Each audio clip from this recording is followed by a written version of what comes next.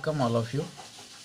In this lecture, we will discuss one-top isochore, that is the next point of your topic, thermodynamics. In the last lecture, we have seen one-tops isotherm. So now in this lecture, we will discuss one-top isochore. This is also known as one-top equation. Van't Hoff आयसोकोरलाच वन टॉपचं equation असं सुद्धा म्हटलं जातं. यावरती बरेच वेळेस युनिव्हर्सिटी एक्झाममध्ये प्रश्न विचारलेला आहे. So what is van't Hoff's isochore और how we can derive this van't Hoff's equation. So actually it is the temperature dependence of a equilibrium constant. It is the temperature dependence of equilibrium constant, and it can be obtained by combining two equations. म्हणजे one टॉपचं equation काय आहे तर दोन इक्वेशनचं combination आहे. तर हे दोन इक्वेशन कुठले आहेत ते आपल्याला बघायचं आहे. पहिलं आहे वन टॉप आयसोथर्म, जे आपण मागच्या लेक्चरमध्ये बघितलेलं आहे, प्लस दुसरं आहे गिब्स हेल्महोल्ट्ज इक्वेशन. तर हे दोन इक्वेशन जेव्हा एकत्र आपण करतो त्यावेळेस आपल्याला वन टॉपचं इक्वेशन भेटतं. So we will see how we can derive this van't Hoff's equation.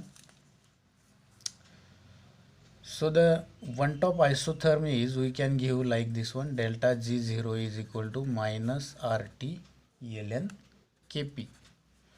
असं आपण वन टॉप्स आयसोथर्मवरनं लिहू शकतो.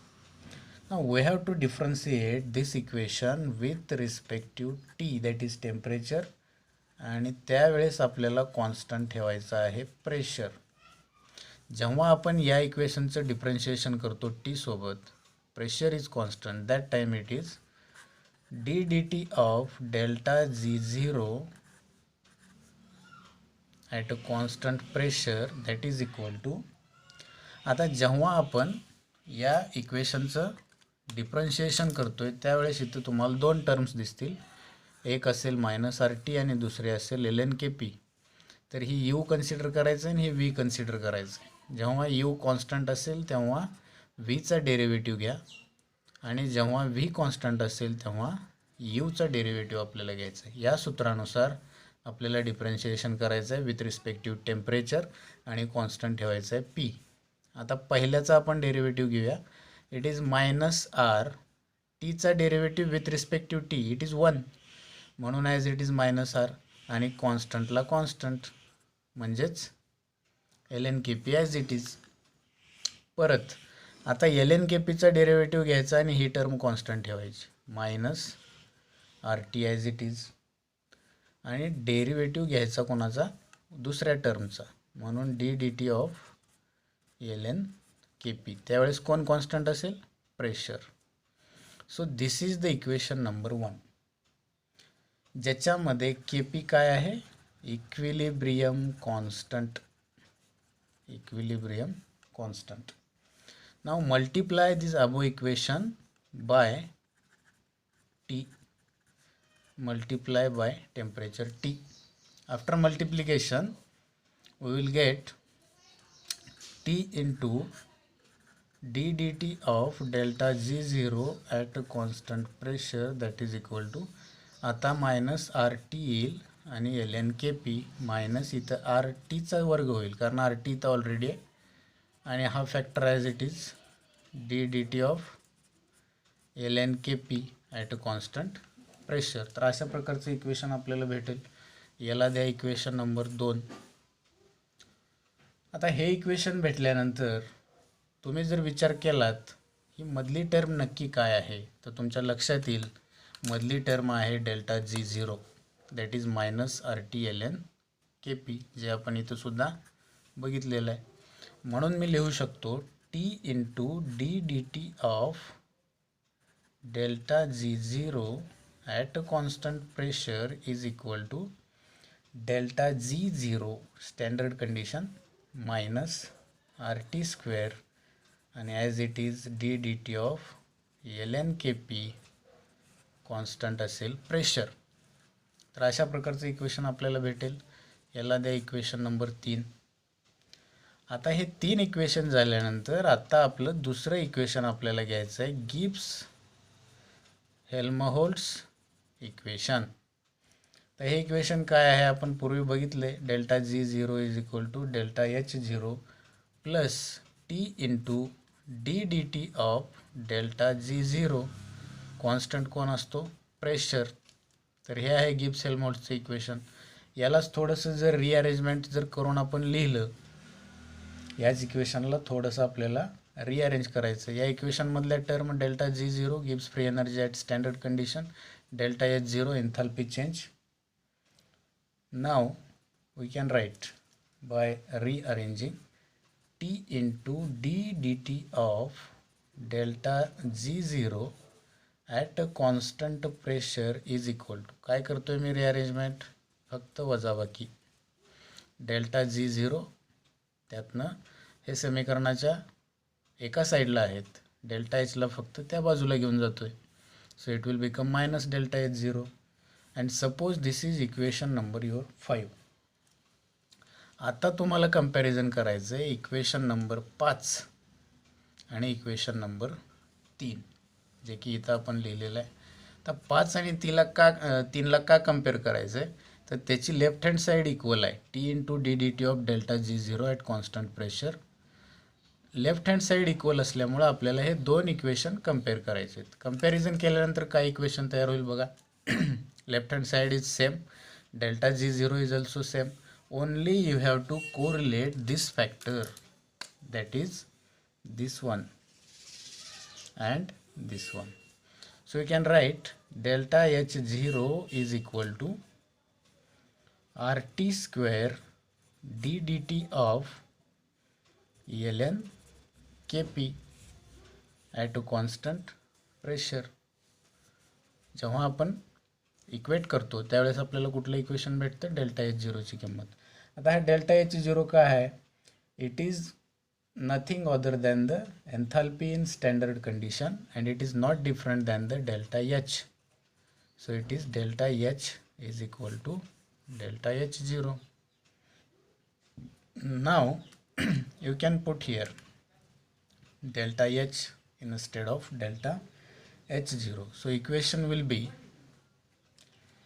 d ln Kp divided by,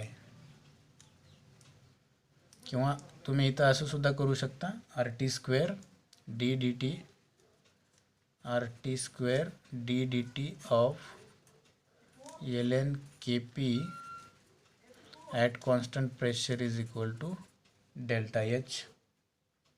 असं लिहिल्यानंतर पुन्हा परत हा जो डी टी आहे आणि इथला हा RT स्क्वेअर आहे, तर आपल्याला याला पुन्हा रिअरेंज करता येईल, D D T of ln Kp at a constant pressure that is equal to delta H upon RT square. काय रिअरेंज केलं आपण, इथं गुणाकारात असलेला RT स्क्वेअर उजव्या बाजूला गेल्यानंतर भागाकारामध्ये गेला, म्हणून D D T of ln Kp at constant pressure is equal to delta H upon RT square. परत हा डी टी इथं भागाकारात आहे, त्याला मी पुढच्या स्टेपमध्ये गुणाकारात घेऊन जाणार आहे.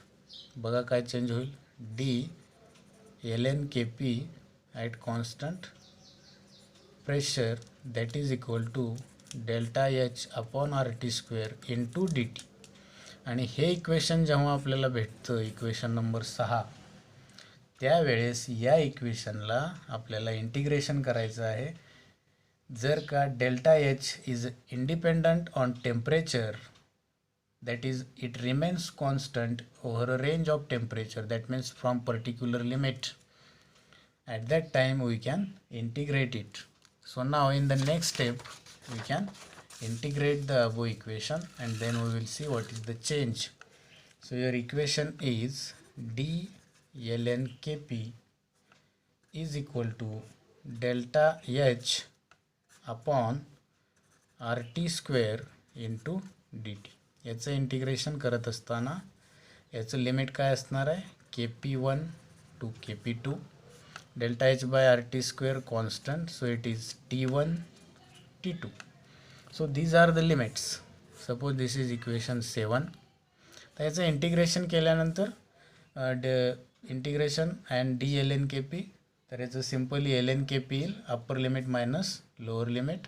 So you can write l n k p two upon k p one that is equal to, याच्यामध्ये डेल्टा एच आर कॉन्स्टंट आहे. मग आपल्याला कुठल्या क्वांटिटीचं इंटिग्रेशन केलं पाहिजे, 1 upon t square into D T, आणि 1 upon t square into d टीचं इंटिग्रेशन येतं -1/t. तर जेव्हा आपण -1/t या ठिकाणी ठेवतो तेव्हा मी इथं मायनस लिहिलं, डेल्टा एचला डेल्टा एच कॉन्स्टंट घेतला, आरला आर घेतला.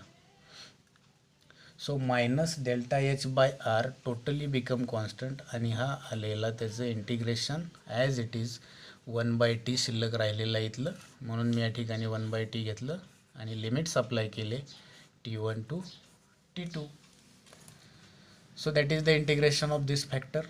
तुमच्या लक्षात आलं असेल डेल्टा एच आर कॉन्स्टंट आहे, -1/t ॲन्सर आहे कशाचं, 1/t स्क्वेअर इंटू डी टीच्या इंटिग्रेशनचं.